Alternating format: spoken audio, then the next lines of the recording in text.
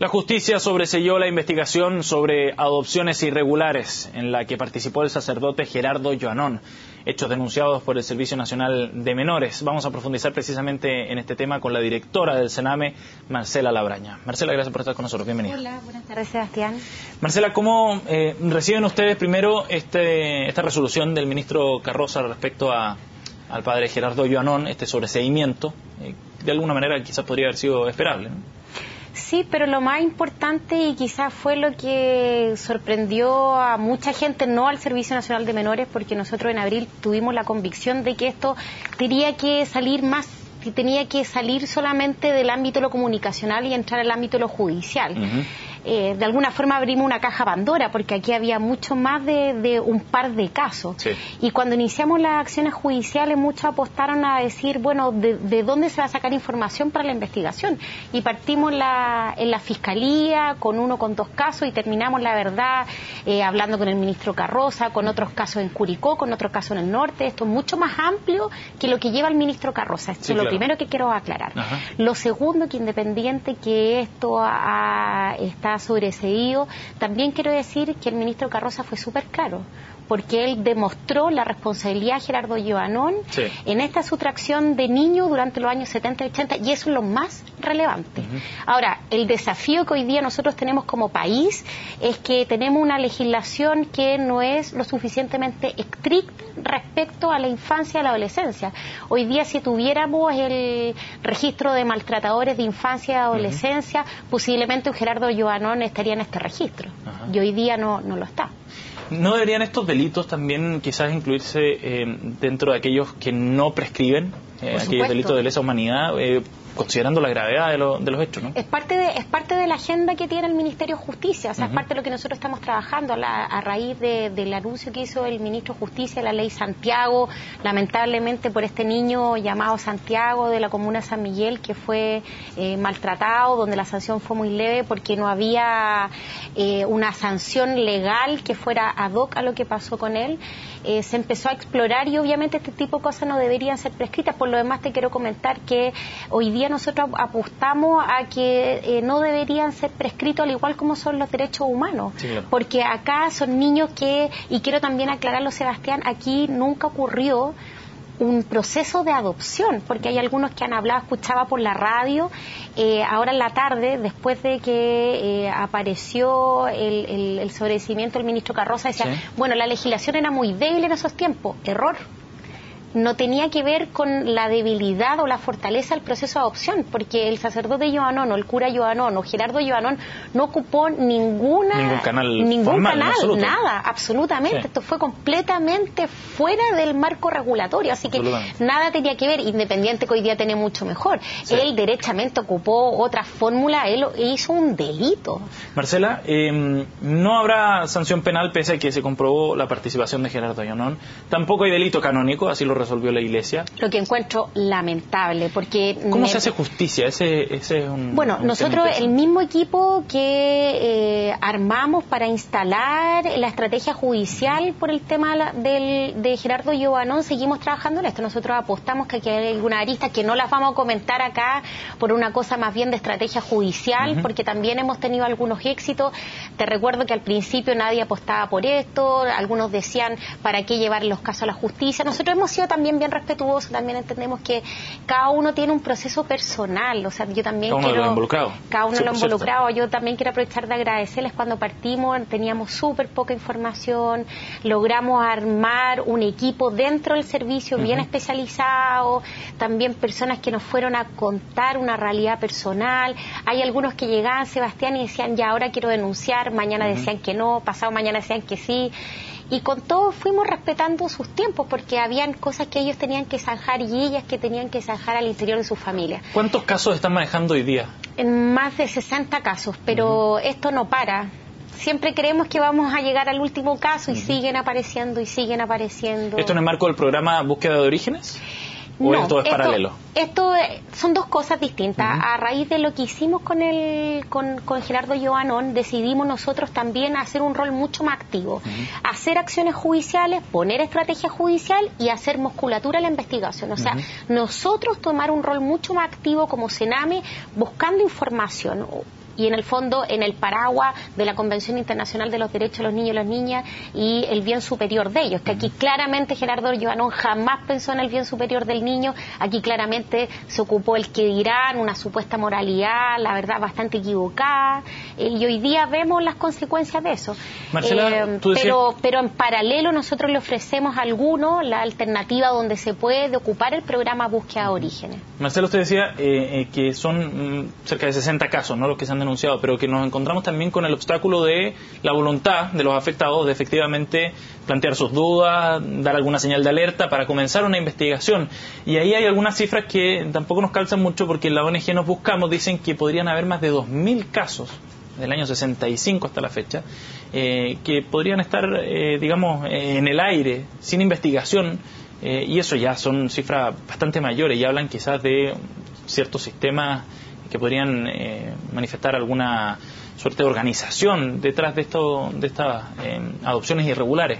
Bueno, ¿Cómo manejan ustedes esos antecedentes y qué rol puede adoptar el Estado ahí? Bueno, el rol que estamos haciendo ahora. Nosotros del día 1 y en algún momento con algunos movimientos, porque tampoco podemos decir ONG, ha pasado poco tiempo, con algunos movimientos dijimos, no, nosotros nos vamos a ir por el camino judicial, el camino corresponde y hoy día es el que está dando fruto. Pero solo en base a las denuncias que reciben. Por supuesto, porque en el fondo así podemos emprender una acción judicial y también hemos sido respetuosos con los que no lo quieren hacer. Ahora, esto nos ha ayudado. Hay personas que inician una supuesta denuncia telefónica que después se arrepienten, por eso digo que también cada uno tiene su tiempo. No sé cómo tendrán ese registro, no sé dónde lo tendrán, pero hoy día lo que nosotros hacemos como Servicio Nacional de Menores es la obligación que tendemos, que es emprender acción judicial. Esa es la labor del gobierno, esa es la labor del Servicio Nacional de Menores. Posiblemente existan más, pero también hay que entender que aquí detrás de esto hay una historia familiar y hay que respetar las decisiones individuales. Hay algunas organizaciones que no optan por el camino judicial. Nosotros no, independiente que respetamos los tiempos, para nosotros existe solo el camino judicial. ¿Y ustedes tienen la sospecha de que aquí podrían haber muchos más casos de los que hasta ahora se conocen? Pero por supuesto, ¿sí? Sin duda. Sin duda. Ahora, lo importante es que lo perfecto enemigo lo bueno. No es tan necesario tener la cifra exacta, pero te aseguro, Sebastián, porque ya nos ha pasado en 3 oportunidades.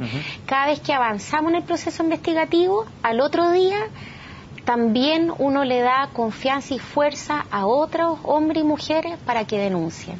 Y estoy segura que mañana por la mañana también van a aparecer otros hechos, otras denuncias, gente que no necesariamente está involucrada personalmente en una sustracción de niños o menores, como se decía en su tiempo, pero sí que nos ha dado antecedentes y que hemos sido súper respetuosos también con guardar su identidad y sí poner a disposición de la justicia los antecedentes. Marcela, ¿ustedes han tomado contacto con la Iglesia para trabajar en conjunto quizás este tema?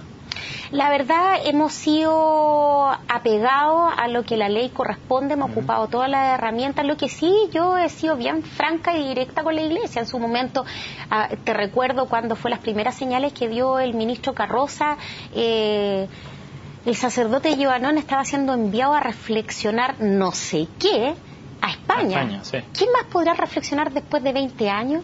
Yo creo que lo que había que hacer era tomar una decisión mucho más activa y poner lo que él sabe a disposición.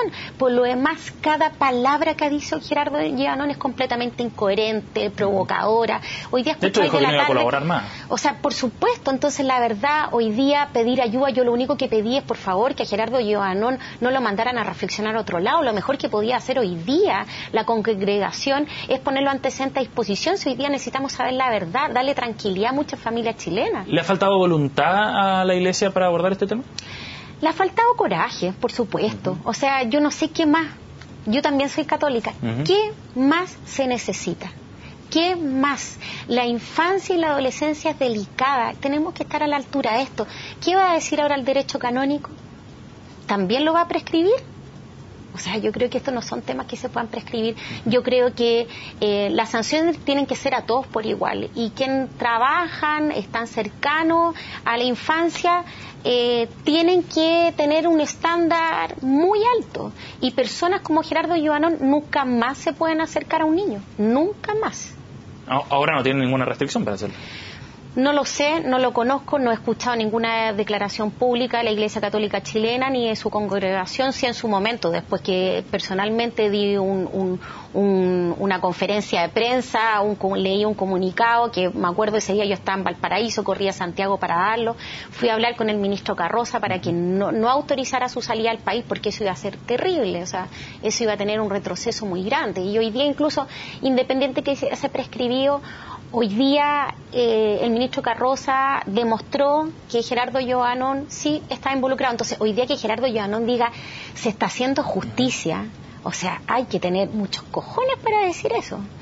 Y creo que la Iglesia Católica en eso le ha faltado ser un poquito más, estar más en primera línea. Y en eso, bueno, lo comentaba hace muy poco rato por Twitter, el Papa Francisco ha dado señales completamente distintas. Nos falta poner un poquito más al día. Marcela, en este sentido, ¿cómo avanza la línea de investigación respecto a los casos de adopción irregulares allá en Curicó?